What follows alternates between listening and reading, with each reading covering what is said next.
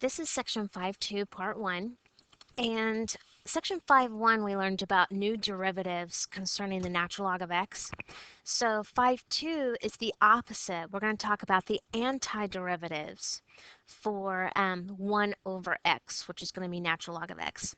So theorem 5.5 just tells you let u be a differentiable function of x. So that just means it has a derivative and the derivative exists. So whenever I integrate 1 over x dx, the integral or the antiderivative is natural log of the absolute value of x plus c because it's an indefinite integral. So sometimes if it's not an x on bottom, but it's like x plus 1, or I'll show you examples, but I can label that as my u, and the antiderivative being the natural log of the absolute value of u plus c. So we're going to do some examples. Here's example 1. First of all, I know if I have a constant, I can bring that constant out in front. So I could actually rewrite this, bringing that 2 out in front as 1 over x dx.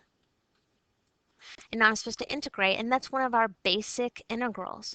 The antiderivative, or when I integrate 1 over x, I have my 2 out in front, and it's the natural log of the absolute value of x plus c.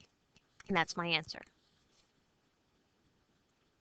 Now, sometimes instead of writing it like this, I could actually simplify this. Anytime I have a constant in front of my natural log, we know that that used to be an exponent. So if I checked in the back of the book, they may have this instead of this, but it's the same thing. All right. Example 2. All right. I have something other than an x down here. Okay, I can't use u substitution in that if I said u is 4x minus 1, du is 4, so I'm missing my 4, I put my 1/4 out in front, and now I would write this, u to the negative 1 du. Well, here's why that won't work, because if I add 1 to the exponent, I get 0. And so I'd get u to the 0 divided by 0. Well, that doesn't work. I can't have 0 in the denominator. So that's why I can't use my regular u substitution.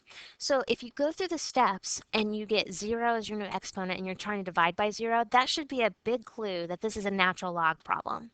So I'm going to erase this. Okay, I can still say that my u is 4x minus 1 and my du is 4. But this time, I need my 4 out here, I need my 1/4. I'm going to rewrite this as 1 over u du. Now this is this integral. So I have my 1/4. When I integrate 1 over u, it's the natural log of the absolute value of u plus c. And now substitute your u back in. 1/4 natural log of the absolute value of 4x minus 1 plus c. Okay, example 3. Find the area of a region bounded by the graph of, and it tells me what that equation is going to be, the x-axis and the line x equals 3. So let's graph that, see what it looks like. Y equals, I have x over x squared plus 1. Okay, now it tells me between the x-axis and the line x equals 3. So I only want to know, I only want to go, let's say from 0 to 3. I'm going to have to see what this looks like, or I may go back up. I don't know what I need to go to. So let's graph this. Okay, so let's make this a little, I'm going to change this from -5 to 5. And let's see. All right, find the area of the region bounded by the graph y equals, okay, here's my graph. I'm looking to see if I wrote the equation down correctly. Yeah. So they actually want this part right here from 0 to 3. Okay, so I can even change that from 0 to 3. They want the area underneath this curve.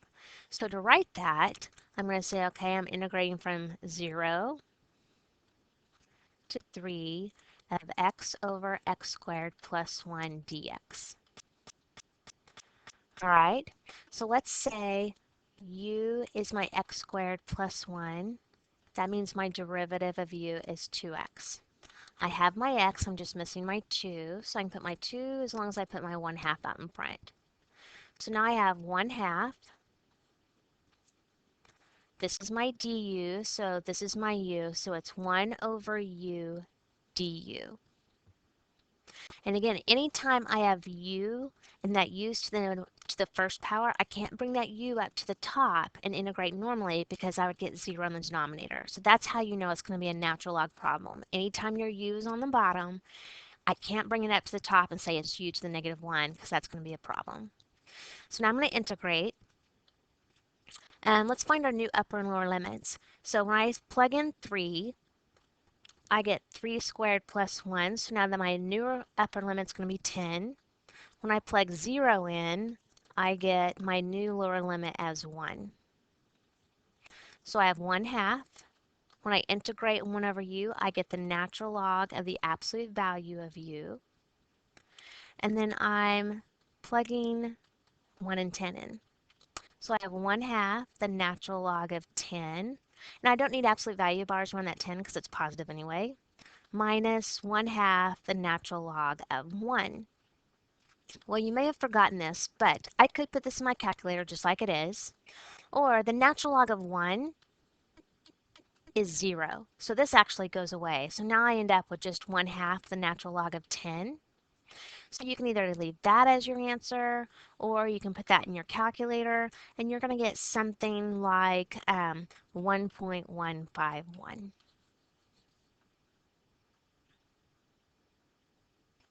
Okay, example 4. I want to integrate this. So I'm going to say, all right, my u is probably going to be x cubed plus x. My du is 3x squared plus 1. And that works out perfectly because that's what they already have. So I'm going to rewrite this, whoops, as 1 over u du. And sometimes people ask, well, what happened to this? Well, that's my du. So when I integrate, it's the natural log of the absolute value of u.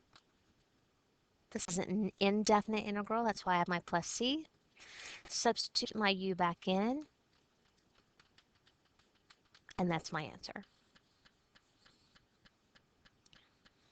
Okay, example 5. Okay, and again, since we're dealing with natural log problems on this lesson, most of the time I'm going to check and see, can my u be whatever's on bottom? So if my u is tangent x, the derivative of tangent is secant squared x. So that, again, that works out perfectly. So I have 1 over my u du. When I integrate 1 over u, I have natural log of the absolute value of u. Substituting my u back in, natural log of the absolute value of x plus c.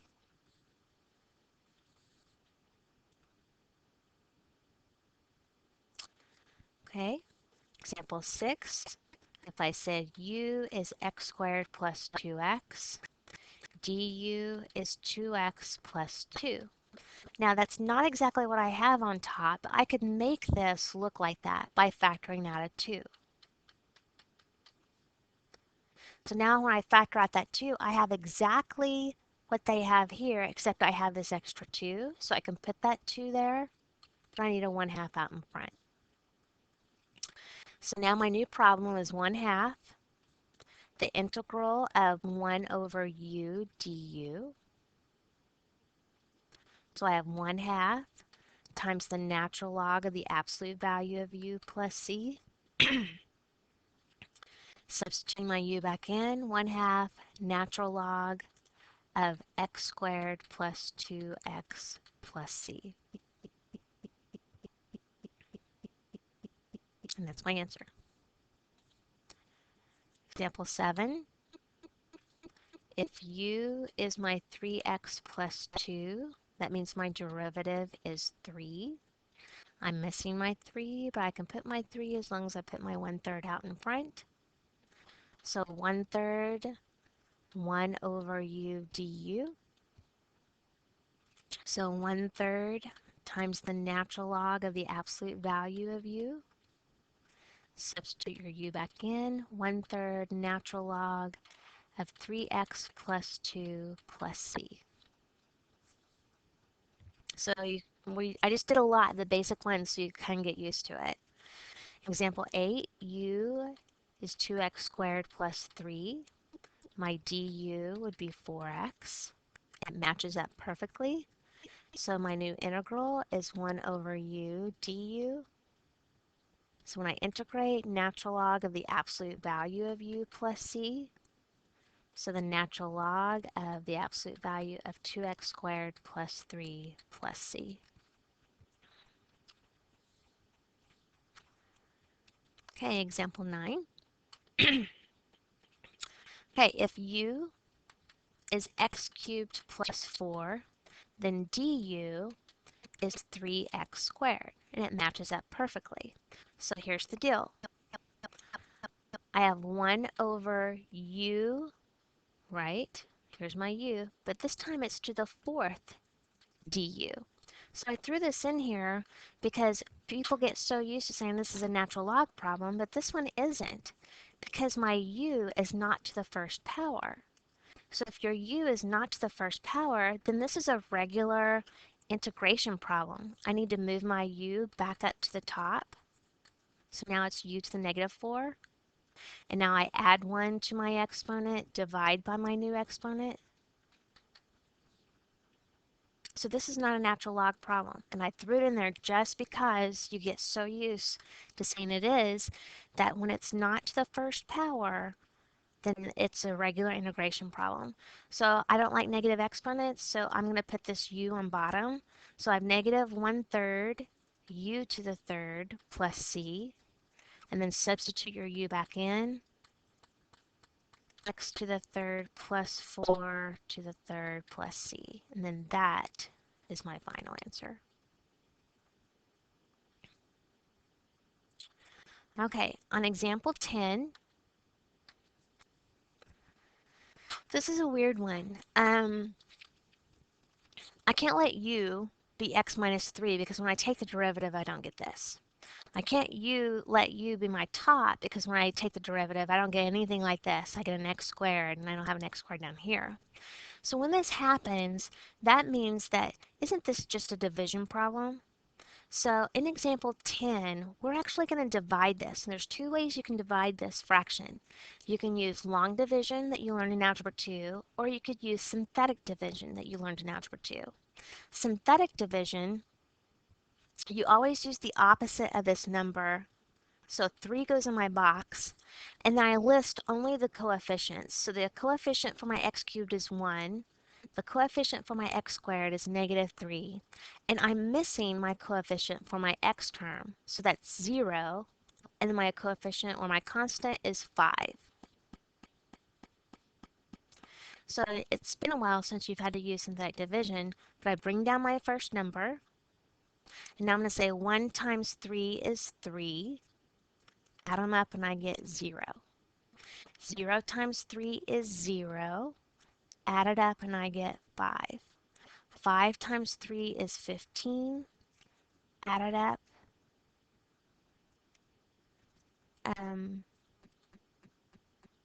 Whoops, I don't know why I put 5 there. I knew that was wrong. Okay, add that up and I get 0. And then 0 times 3, that's going to be a 0 right here. Add it up and I get 5.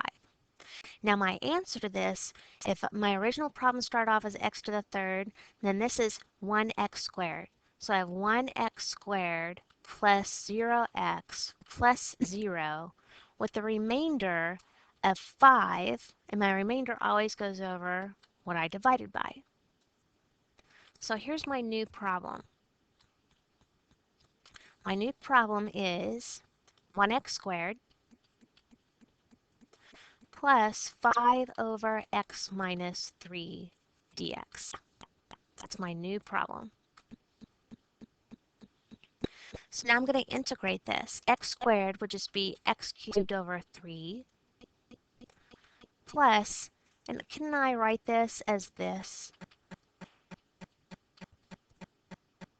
So now my u is x minus 3, my du is 1. So I have x cubed over 3 plus, this is 5 over 1 over u du. So x cubed over 3 plus 5 times the natural log of the absolute value of my u plus c.